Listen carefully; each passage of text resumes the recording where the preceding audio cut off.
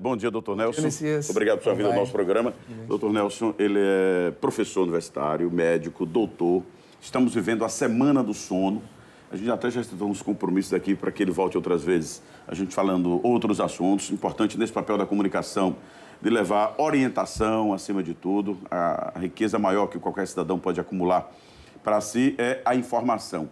E em saúde é estratégica, né? Porque saúde é, acima de tudo, prevenção. Então, mais uma vez, obrigado pela sua disposição de vir ao nosso programa.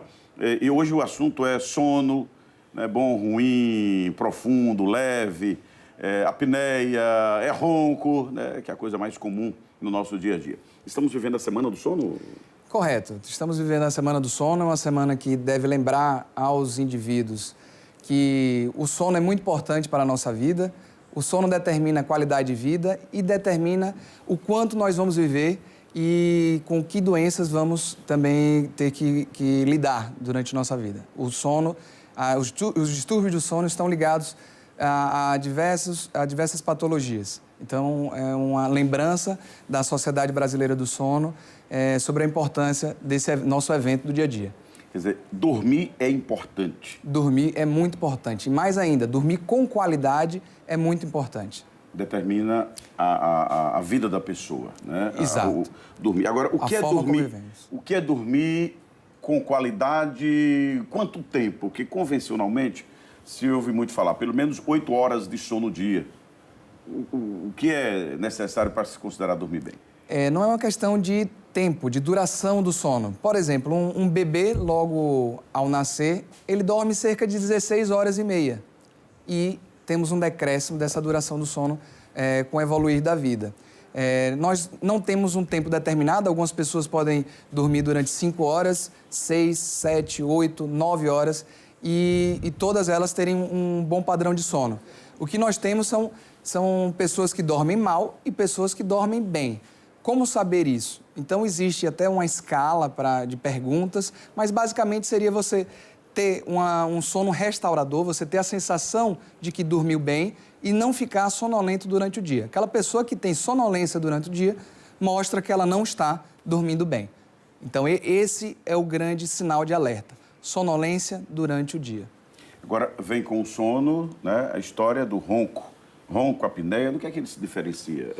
Então, o ronco se trata do ruído, tá? Pela vibração na passagem do ar no fundo da garganta, tá? Já a apneia, ela envolve um estágio um pouco mais grave. A apneia se trata da parada da passagem do ar. Então, é uma interrupção desse fluxo aéreo de pelo menos 10 segundos. Quando essas paradas elas estão numa frequência de mais de 5 episódios por hora, então nós temos a apneia. Então, a apneia é a parada total da respiração. Nós vemos na imagem, na tela, a situação de uma via respiratória normal, em que tanto o nariz como a passagem de ar pela boca estão normais. Nós vemos, então, um bloqueio na situação do ronco, um bloqueio na respiração pela boca e com passagem de ar pelo nariz, promovendo, então, o ronco. Existem variações nessa situação também. Existem situações em que o nariz pode estar mais bloqueado, fazendo com que o fluxo aéreo tenha uma pressão ainda maior na via aérea oral, pela boca. Imagine, por exemplo, a situação de um canudo, que você está puxando um líquido e se você puxa mais forte ainda, com a maior pressão, esse canudo, ele colaba. Quanto maior a pressão a gente puxa o ar, maior a tendência do canudo colabar. Isso se chama efeito Bernoulli. Então, se trata, na verdade, de um colabamento maior com uma pressão negativa. Quanto mais a gente respira forte, existe uma tendência maior do colabamento da via respiratória. É normal, pelo que você mostrou, a pessoa, quando dorme, ela tem que respirar pelo nariz e pela boca?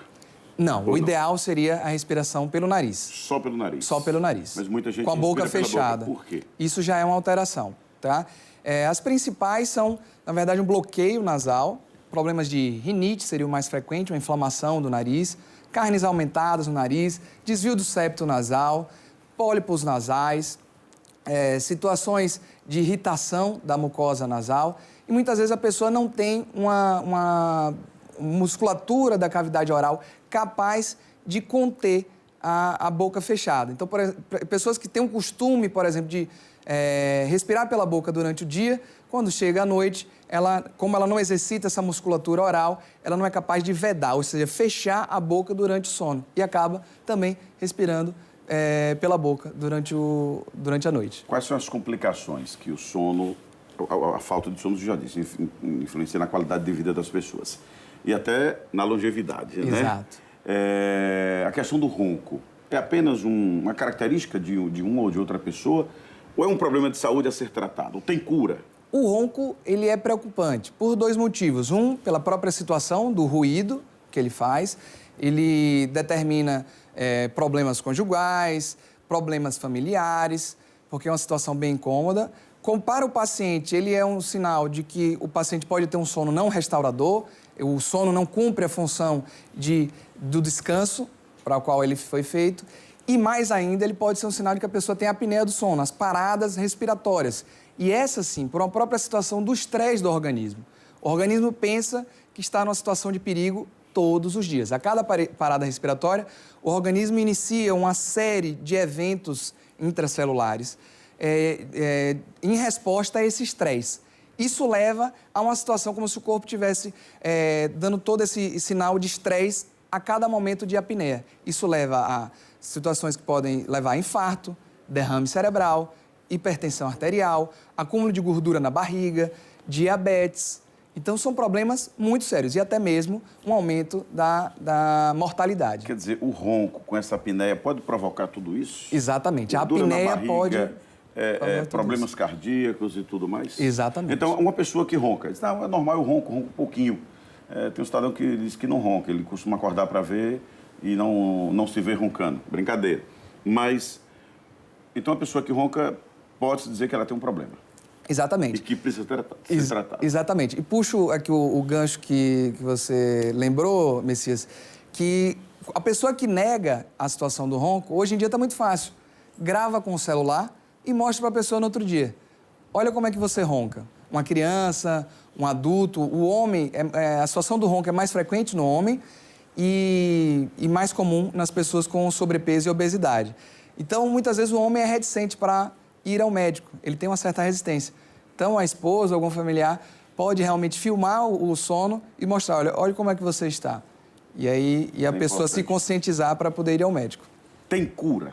Esse é o detalhe, né? A pergunta boa é essa. Meu amigo Gentil, grande roncador, bom dia e obrigado pela audiência. Tem cura? Sim, o ronco tem cura, o ronco tem diversos tratamentos. A gente começa com um tratamento com cuidados iniciais, que seria a pessoa fazer uma higiene do sono, a pessoa se preparar para o sono. Então, à noite, evitar atividades de muita atividade física, muito estresse, muita agitação, evitar café, evitar bebida alcoólica, evitar chás escuros, chá mate, chá verde, evitar sedativos, calmantes, álcool, a pessoa dormir de lado, buscar a perda do peso. Não é para dormir? O calmante não é para dormir, não?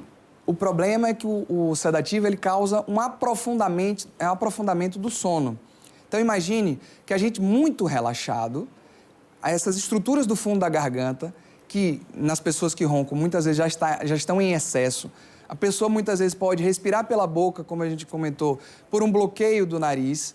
Então, vai ocasionar uma maior vibração pelo relaxamento excessivo da musculatura. Então, imagine que ela muito frouxa, ela vai vibrar mais e tem uma tendência a fechar, a colabar. Então, é muito importante que, assim que possível, a pessoa realmente largue o sedativo. Televisão ligada atrapalha o sono? Televisão ligada atrapalha, sim, o sono. O uso de telas individuais, celulares, iPads. É recomendado que se evite esse tipo de tela durante 2 horas antes de dormir. Então, é um estímulo para o organismo como se nós estivéssemos de dia. Avisa para o nosso organismo que não é hora de dormir. E à noite, logo antes de dormir, não é isso que as pessoas querem. A Regiane faz uma pergunta. Ranger os dentes é problema do sono? Isso acontece com meu filho, diz ela. Sim. Esse problema de bruxismo, que seria o apertar dos dentes, tá? É um problema bem sério. Pode causar um problema na articulação aqui dessa região da mandíbula, tá? Temporomandibular, causar dores de cabeça, dores no pescoço e pode estar ligado a dentes, por exemplo, não bem encaixados, problemas ortodônticos, como também problemas do sono. Uma pessoa que não aprofunda o sono tem mais atividade voluntária, por isso maior atividade muscular, e aí pode concentrar isso realmente no ranger dos dentes. Uma criança, é normal crianças roncarem também? Porque normalmente se espera isso mais na fase adulta, né? Quando alguns defeitos do processo de formação se acentuam. Mas as crianças roncam? Sim. Também não é normal? Não é normal. Todas as pessoas que roncam têm um problema. É importante dizer, o ronco não é normal, seja em criança, adulto ou idoso. Nas crianças, as causas mudam um pouco. Aí ganham maior importância o problema das amígdalas, tá? Que ficam realmente no fundo da garganta, as adenoides, que ficam no fundo do nariz, e ganham importância sintomas de alergia também. O nariz inchado pela alergia por dentro acaba obstruindo a passagem de ar, forçando que a criança respire pela boca, aumentando a chance dela roncar. Precisa levar ao médico, otorrino e ser tratada. O telespectador quer saber como é que eu faço para me tratar, eu ronco demais. Procurar um médico, né? Procurar um médico, o médico fará um exame. É sempre o otorrinolaringologista, né? Então, quem cuida do sono, né, e principalmente do ronco, é o otorrino, juntamente com ele, envolvendo o conceito global de sono, o pneumologista e o neurologista. São os médicos que são especialistas e são envolvidos nessa área de atuação que é o sono. Envolve essas três especialidades. De tratamento, estratégia que vocês utilizam? Então, qual é o passo a passo? Pode ser até cirúrgica? Pode ser até cirúrgico. Qual é o passo a passo? A pessoa ronca, ela deve procurar um médico, de preferência o otorrino, porque o otorrino tem a capacidade de avaliar a anatomia. Ele avalia a passagem do ar. Ele vai avaliar o nariz e a garganta, buscando se a pessoa tem realmente algum bloqueio anatômico. Normalmente fará um exame de vídeo nasofaringolaringoscopia através com um spray. Primeiro se coloca um sprayzinho de anestesia no nariz e depois coloca assim uma fina câmera, parecendo um pequeno macarrãozinho, coloca pelo nariz e vê toda a passagem de ar, procurando por bloqueios, até a região da garganta, também procurando por bloqueios na respiração. Após isso, ele solicita um exame de polissonografia, que é um exame que a pessoa normalmente dorme na clínica, pode também ser realizado em casa, em alguns casos. E daí, ele verifica essa questão da parada respiratória, a quantidade dos roncos, em que posição a pessoa dorme, em que posição acontece mais ronco e mais apneia, se a pessoa aprofunda o sono, se o sono, os estágios, existem 4 estágios do sono, e isso é verificado se a pessoa realmente está passando o período adequado, a duração adequada em cada estágio do sono. É verificado se a pessoa tem a síndrome de pernas inquietas e fica realmente movendo as pernas durante o sono. Tudo isso é analisado e também a parte cardíaca e atividade cerebral é analisada no exame da polissonografia. É um exame múltiplo e que traz muito benefício. Após isso, desculpa, Messias, após isso, o médico determina o melhor tratamento. E depois desses cuidados iniciais que a gente já falou, se o problema for queda de língua e o sono for, a apneia for leve, até leve, ou só o ronco isolado, a pessoa pode usar um aparelho ortodôntico que segura a língua durante o sono, tá? E impede que a língua caia para o fundo da garganta, obstruindo a respiração. Em outro estágio, ou mesmo para o sono leve e resistente, a pessoa pode usar o CPAP, que é uma máscara que a pessoa usa durante o sono e que promove um fluxo de ar contínuo, tá? E faz com que, como esse fluxo fica emitindo ar, uma pressão positiva o tempo todo, evita, como a gente comentou, que exista apneia, que haja o fechamento da via aérea. Outros casos, pode-se fazer a cirurgia, pode-se precisar de uma cirurgia nasal, do nariz, de cornetos, nas carnes aumentadas, desvio de septo, cirurgia da garganta, retirada das amígdalas, em crianças principalmente, retirada de amígdalas e adenoides. E outras pessoas que têm a mandíbula um pouco retraída podem precisar de uma cirurgia na própria amígdala, fazendo um leve avanço na amígdala, na mandíbula também. Então, um simples problema, chamando um abraço aqui, meu querido Sérgio aí. Obrigado, Sérgio. Estamos resolvendo essa questão já, viu? Aqui é o nosso querido Dr. Nelson Dávila, otorrinolaringologista. O senhor é professor universitário, inclusive, Isso, professor do curso de Medicina da UNIT. Então, professor e doutor Nelson, uma questão que, de forma corriqueira, a gente trata com banalidade, não é a característica de cada um, roncar mais ou roncar menos, ou não roncar, ou ter essa maluquice de acordar durante a noite. Pode ser um problema de saúde que deve ser evitado, deve ser curado. Sim, é um problema muito sério e a pessoa que tem paradas respiratórias, Outro sinal de alerta seria a sensação de sufocamento, uma respiração ofegante durante o sono, também é outro sinal de alerta. Então, a mensagem que eu dou é realmente filme a pessoa que está roncando para convencê-la a ir no médico. Doutor, eu posso procurar um psiquiatra? Acho que estou ficando doido. Meu problema de não dormir direito é dívida. É um problema, né? Eu acho que é melhor ele... Mas, aliás, é uma outra questão também. Às vezes é o aspecto psicológico, né? Claro. E existem dados que mostram que nós dormimos cada vez menos. Tá? E além da vida agitada, esse estímulo constante que nós temos, tanto no dia a dia, com tantas coisas para fazer, como as telas, televisão. Além disso, temos as preocupações e o estresse da vida urbana, que seriam o excesso de trabalho, as dívidas, o excesso de obrigações. Então, nós temos dormido menos e pior. A satisfação com o sono também tem diminuído. Então, a Semana do Sono vem para lembrar todos os indivíduos da importância do sono e que a gente se prepare para ter um bom sono, porque isso determina... Desacelere, né? Chegou, como a gente diz, na boquinha da noite, chegou em casa, procura evitar certas coisas para conseguir conquistar esse sono, né? Que os anjos da boca mole digam amém. A ouvinte pergunta aqui, um dia desse eu tomei um suco tão gelado que eu senti afetar até o ouvido. É comum, o ouvido esquerdo ficou dando uns choquinhos. Então, nós temos, atrás da garganta, uma região um pouco logo atrás do nariz e um pouco acima da garganta. Nós temos uma região chamada tuba auditiva.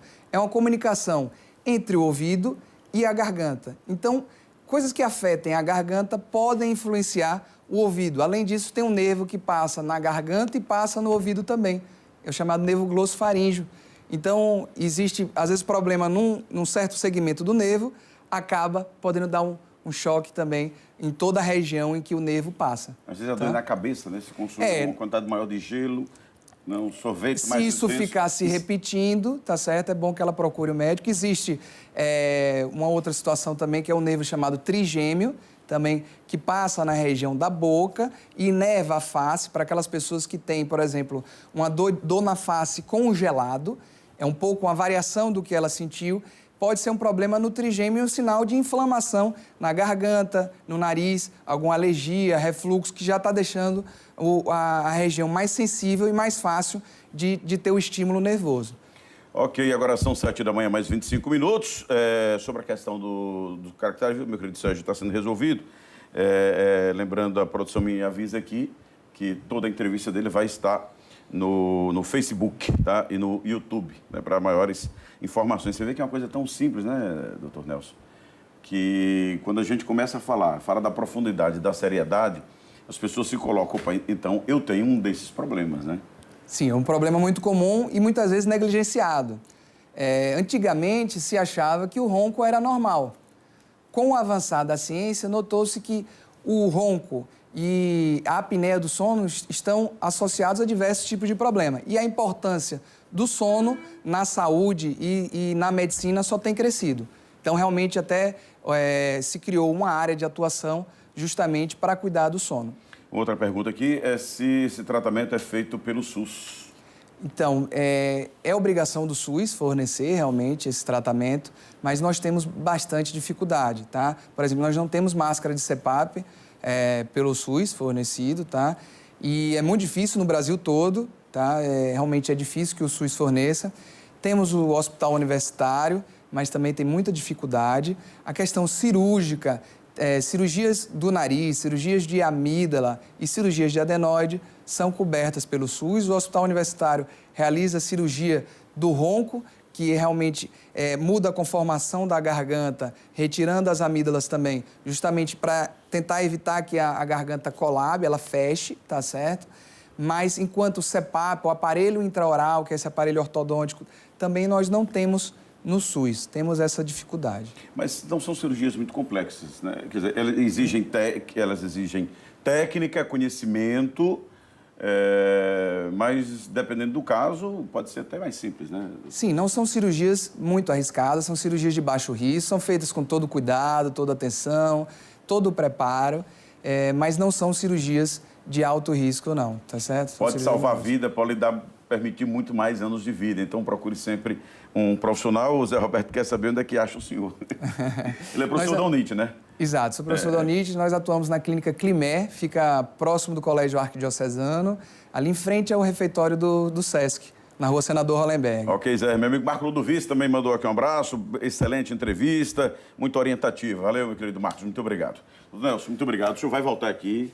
Por favor. A próxima entrevista será sobre amígdala, né? Tivemos os momentos, a medicina vive também isso, né? Culturalmente, para todo mundo tirar a amígdala. Depois para que todo mundo dá para tratar a amígdala. E o que diz a medicina moderna, o senhor vai voltar para falar sobre isso. Temos muito o que falar. Muito obrigado pelo convite abraço, e lembrem de cuidar do sono. Ok.